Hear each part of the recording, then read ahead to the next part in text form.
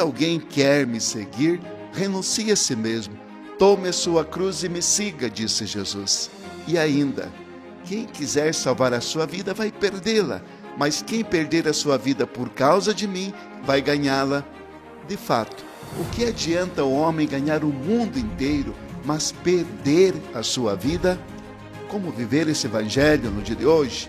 Alguém que se apega à carreira, ao dinheiro, à fama, ao vício dos jogos, mas perde a paz, a família. A alma ganhou o mundo, mas perdeu a si mesmo.